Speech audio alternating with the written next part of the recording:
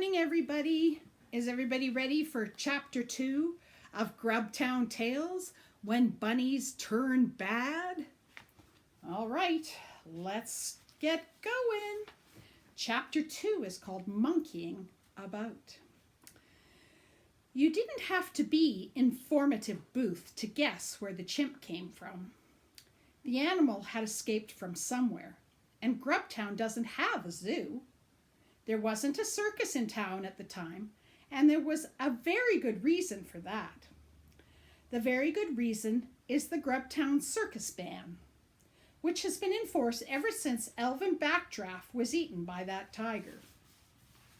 I don't want you to get all teary-eyed and upset at the thought of a tiger getting a terrible tummy upset from eating human being, so let me quickly reassure you that the poor beast didn't eat all of Elvin Backdraft, just his right arm. Unfortunately for Elvin, he was right-handed.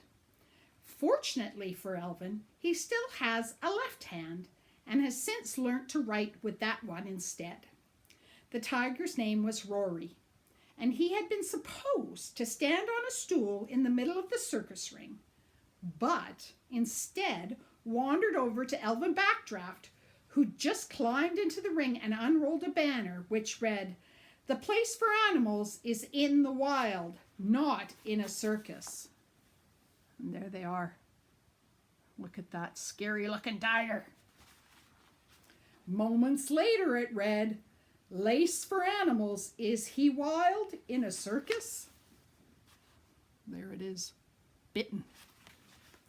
Because Rory had taken a big bite out of it, along with that right arm of Elvin Backdraft, which I mentioned a moment ago.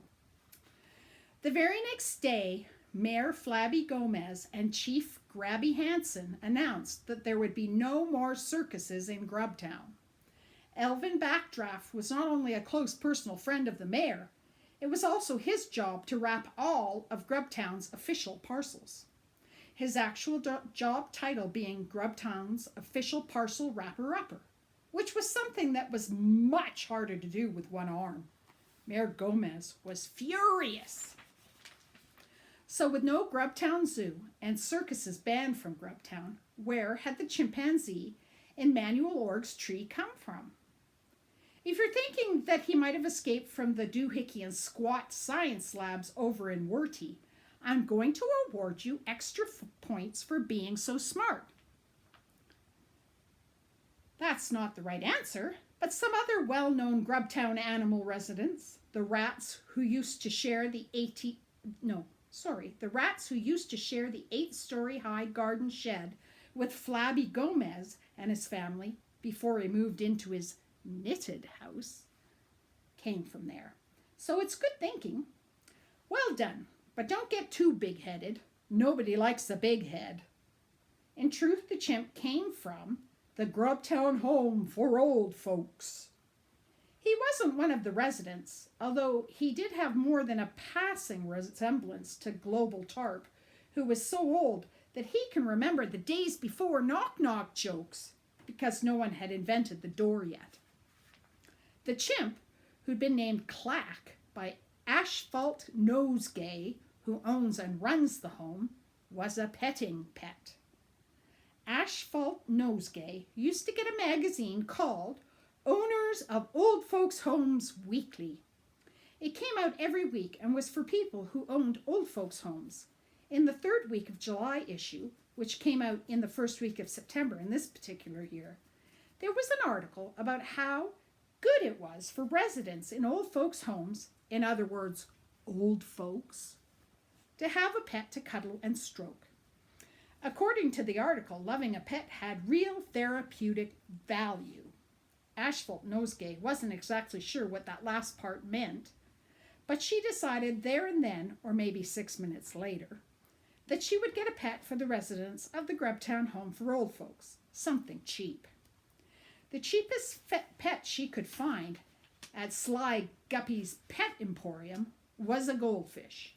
She thought it was rather pretty, but didn't think it would like being petted much, so she had to think again. She decided against a hamster after one bit her, wasn't sure how to spell guinea pig, and was just about to settle on a puppy.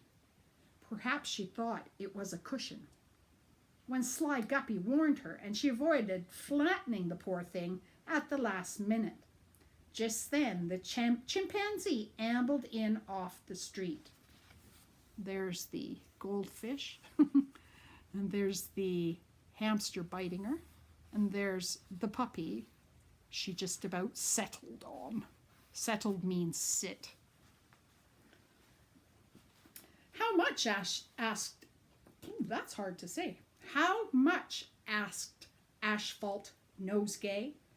Now, the truth be told, Sly Guppy had never seen the chimpanzee before in his life, so technically that meant that he had no right to sell the animal. But Sly Guppy likes money.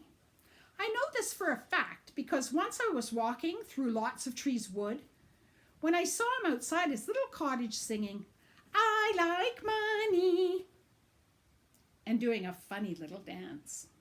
Wait a minute. Or was that Rumpelstiltskin?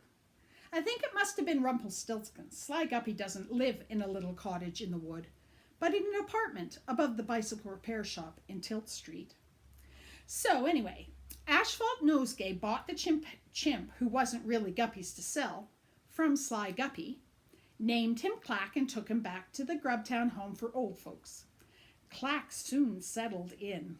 In less than a week, he not only had the best armchair in the TV lounge, but he also had control of the remote, which would have made him the most important person in the room, if he were a person. Only now, he was in Manuel Org's tree, drinking Manuel Org's slurch. And that's chapter 2. I wonder what's going to happen next. I wonder what that monkey, how did he get out of the old folks' home, and what was he doing in that tree? I guess you'll have to come back tomorrow for the next chapter to find out. I will see you tomorrow, and we'll find out together. Have a good day. Bye.